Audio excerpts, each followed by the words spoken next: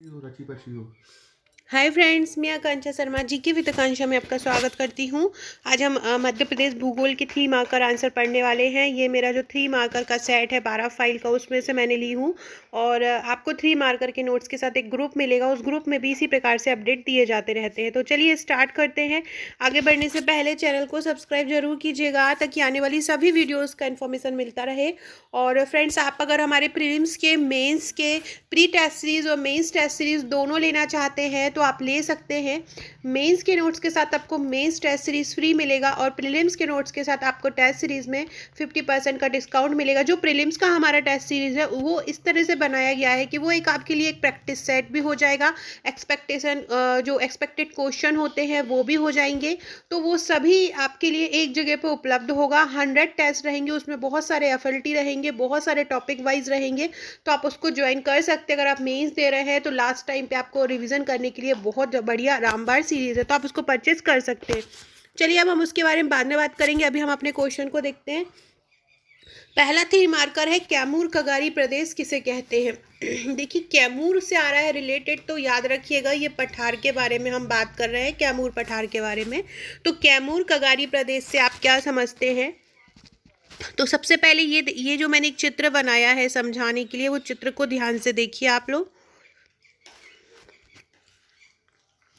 ये देखिए, ये एक पठार है और आप देख रहे हैं ये वाला जो ढाल है ये खड़ा हुआ है और ये जो ढाल है वो एकदम मंद है, सरकना सा ढाल है।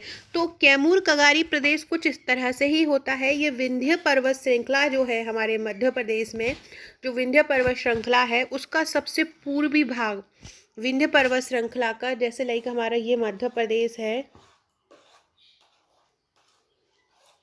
ये मध्य प्रदेश है। तो ये विंध्य पर्वत श्रृंखला है। तो यहाँ का ये जो पूर्वी भाग है, ये जो सबसे पूर्वी भाग है, ये वाला भाग क्या कहलाता है, कैमूर पठारी प्रदेश कहलाता है। एक और इसका ढाल खड़ा होता है और दूसरी ओर इसका ढाल मंद होता है। मतलब एक तरफ ये खड़ा होता है, दूसरी तरफ ये मंद होता है। तो याद रखिएगा, कैमूर कगारी प्रदेश विंध्य पर्वत श्रृंखला का सबसे पूर्वी भाग होता है। एक और ढाल खड़ा होता है, दूसरी ओर मंद होता है। टोंस और सोन नदी के बीच ये जल विभाजक का काम करता है। किसके? टोंस और सोन नदी के बीच ये जल विभाजक का कार्य करता है। नेक्स्ट क्वेश्चन है, नर्मदा सोन विवर्तनिक घाटी मध्य प्रदेश के मध्यवर्ती भाग में भ्रंशन क्रिया के कारण, भ्रंशन मतलब धंस जाता है जो तो मध्य प्रदेश के मध्यवर्ती भाग में भ्रंशन क्रिया के बाद विंध्यन तथा सतपुड़ा के मध्यवर्ती भाग के नीचे धंस जाने से, देखिए आप देख सकते हैं ये वाला जो भाग है इधर का ये विंध्यन पर्वत है और ये वाला जो भाग है यहाँ का ये सतपुड़ा पर्वत है। अब क्या हुआ कि ये दोनों भाग चट्टानों के कारण या मौसम परिवर्तन के कारण, चट्टानों के टूटने के कारण, तो ये अपनी जगह से नीचे खंसकते जाते हैं, मतलब धंसते जाते हैं। तो धंसते धंसते ये बीच में इस प्रकार की एक घाटी का निर्माण करते हैं। इसको हम नर्मदा सोन रिफ्ट घाटी बोलते हैं। नेक्स्ट क्वेश्चन है, मध्य प्रदेश की खाद्य फसलें। देखिए फ्रेंड, ये वाला क्वेश्चन मैंने लिखा है, आपको इसी तरह से लिखना है। इससे क्या होता है कि इस तरह से क्वेश्चन से हमारा जो इम्प्रेशन है, जो हम लिखते हैं तो हमारा इम्पैक्ट बहुत अच्छे से पड़ता है और मार्क्स भी हमको बहुत अच्छा मिलता है। तो इस तरह से अगर आप लिखेंगे तो आपको बहुत अच्छे से नाम मिलेंगे, सॉरी मार्क्स मिलेंगे। पाई चार्ट वगैरह का यूज़ करेंगे तो आपको मार्क्स अच्छा मिलेगा। तो आप कोशिश कीजिएगा कि आप इस तरह से आंसर को राइटिंग कर सकें। मेरे जो नोट्स हैं उसी में इसी प्रकार से कवर किए गए हैं। मैंने नोट्स इसलिए बनाए हैं क्योंकि नोट्स मार्केट में बहुत हैं, हर कोचिंग में भी नोट्स अवेलेबल हैं और जो नोट्स रहते हैं सभी जगह के सभी लोग बेस्ट नोट्स देते हैं। लेकिन मेरे जो नोट्स का मतलब था ये हैंड रिटन, ताकि पढ़ने में आपको ईजिली भाषा समझ में आए। प्रश्नोत्तर श्रृंखला में रहते हैं तो ये समझ में आता है कि हमको किस आंसर में कितना लिखना है और किस तरीके से हम उसको फ्रेम कर सकते हैं और एग्ज़ाम टाइम में रिवीजन करने में भी हेल्प मिलती है। इसलिए मैंने ये क्वेश्चन आंसर टाइप में मेरे नोट्स बनाए हैं। अगला क्वेश्चन है, मध्य प्रदेश खाद्य फसलें। तो सबसे पहले हम देखेंगे कि मध्य प्रदेश में 54.25% भाग पर खरीफ की फसल होती है। मतलब खरीफ जैसे जो कि चावल मुख्य फसल है खरीफ की, तो वो ज़्यादा होती है और वो ज़्यादा क्षेत्रफल, वो चावल का जो क्षेत्रफल है वो चावल का एक विशेषता होती है चावल की पैदावार में कि वो क्या होता है, ज़्यादा क्षेत्रफल पे ही लगाए जाते हैं। 45.75% भाग पर रबी की फसल होती है और प्रमुख गेहूं मध्य प्रदेश की गेहूं और चावल है। अब मध्य प्रदेश खाद्य फसलों में कौन कौन आ जाएगा, एक हो जाएगा दलहन, एक हो जाएगा तिलहन और एक हो जाएगा बागवानी और खाद्य फसलें। आप देख सकते हैं तिलहन का हमारे मध्य प्रदेश में लगभग 27%, बागवानी की फसलें 11%, दलहन की 21% और 41% खाद्य फसलें, मतलब सबसे ज़्यादा जो वेटेज है वो है खाद्य फसलों का। नेक्स्ट क्वेश्चन है मध्य प्रदेश की जलवायु। तो मध्य प्रदेश का औसत तापमान लगभग 23-29 डिग्री सेल्सियस होता है, याद रखिएगा। कहीं कहीं पे ये 30 भी दिया होता है, कहीं पे 28 भी दिया होता है। एवरेज हम निकाल रहे हैं तो 1-2% इधर उधर चलता है। तो औसत तापमान 29 डिग्री सेल्सियस है। औसत वर्षा लगभग 111 से 112 सेंटीमीटर होती है और उपोष्ण कटिबंधीय मानसून जलवायु। ये क्वेश्चन एक बार प्रीलिम्स में भी पूछा गया है कि मध्य प्रदेश की जलवायु कैसी है, तो मानसूनी जलवायु भी आप यहाँ पे लिख सकते हैं। उष्ण कटिबंधीय जलवायु को मोस्टली मानसूनी जलवायु कहते हैं। ये 3 नंबर में तो नहीं है, लेकिन इसको किस तरीके से लिख सकते हैं ये आप देख सकते हैं। मध्य प्रदेश को भौगोलिक दृष्टि से कितने भागों में बांटा है, 100 शब्दों में आपको लिखना है। तो 2 भाग मध्य उच्च प्रदेश, सतपुड़ा श्रेणी, पूर्वी बटार। अब मध्य उच्च प्रदेश में कौन कौन से भाग आते हैं वो आपको यहाँ लिख लेना है। सतपुड़ा श्रेणी में कौन से आते हैं वो आपको यहाँ लिख लेना है। साथ में इस तरह का क्वेश्चन आता है तो आपको डायग्राम का यूज़ जरूर में ही करना है, मैप का यूज़ जरूर में ही करना है भूगोल में। इस तरह से आप उसको 100 में बता सकते हैं। इसके बाद अब हम अगला पढ़ेंगे नर्मदा छिपरा लिंक परियोजना। ये शुरुआत इसकी 29 नवंबर 2012 से हुई थी। इसकी विकासकर्ता एजेंसी है, मतलब ये जो नर्मदा छिपरा लिंक परियोजना है उसको किसने आरंभ किया, किस एजेंसी ने आरंभ किया, तो नर्मदा वैली डेवलपमेंट अथॉरिटी ने आरंभ किया। इसका उद्देश्य क्या है, मालवा क्षेत्र में पानी की कमी को दूर करना। तो नर्मदा छिपरा लिंक परियोजना की शुरुआत 19 नवंबर 2012 को हुई। विकासकर्ता एजेंसी है Narmada valley development authority.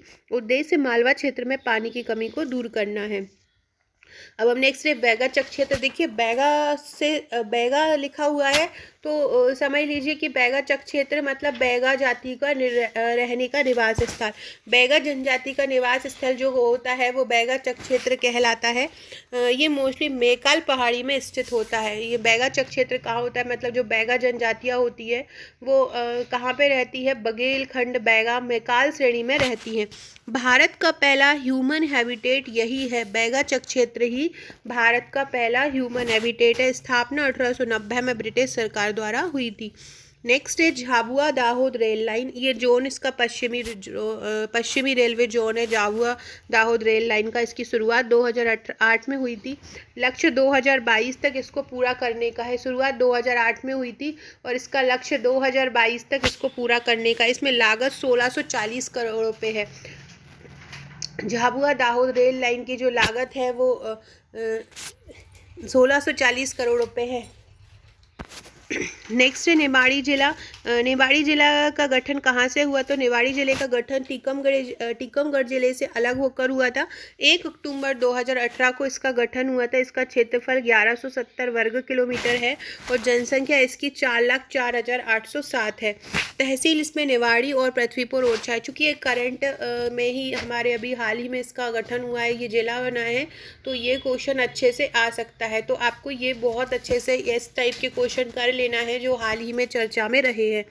Next question है त्रिपुरी। त्रिपुरी जो है कल्चर युग की राजधानी रहा है, जबलपुर नदी के किनारे है। 1939 में यहाँ कांग्रेस का अधिवेशन हुआ था। नेक्स्ट क्वेश्चन है पातालकोट के भारिया। इसका अर्थ होता है पाताल को घेरने वाला पर्वत।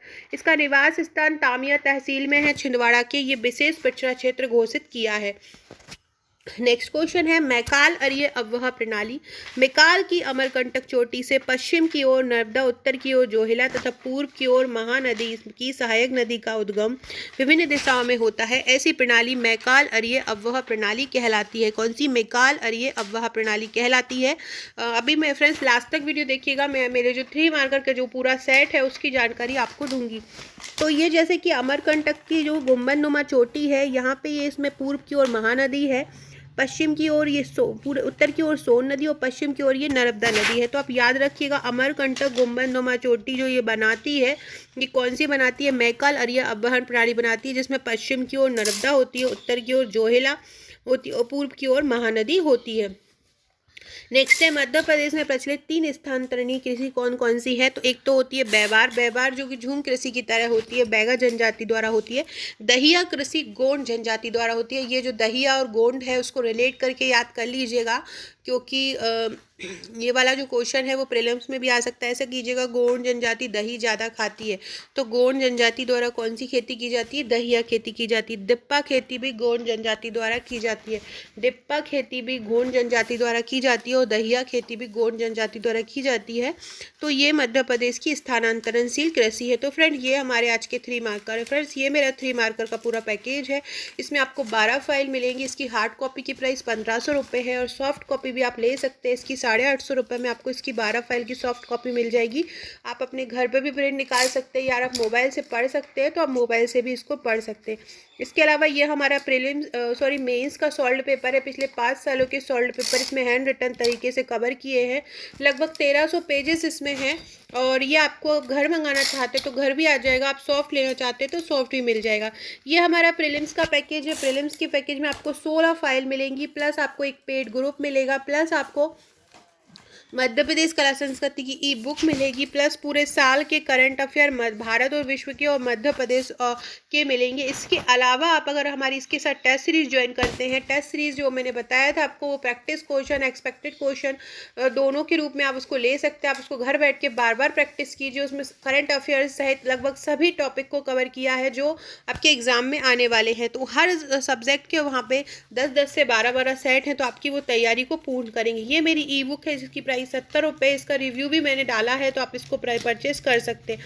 इस प्रकार की टेस्ट की बुकलेट आपके पास आएगी, 3 फाइलों में आएगा। ये 1 से 40, 41 से 70 और 71 से 100, तो आप इसको मंगा सकते हैं। फ्रेंड्स वीडियो अच्छा लगा हो तो चैनल को सब्सक्राइब जरूर कीजिएगा, लाइक कीजिएगा और शेयर कीजिएगा। Okay friends, thank you.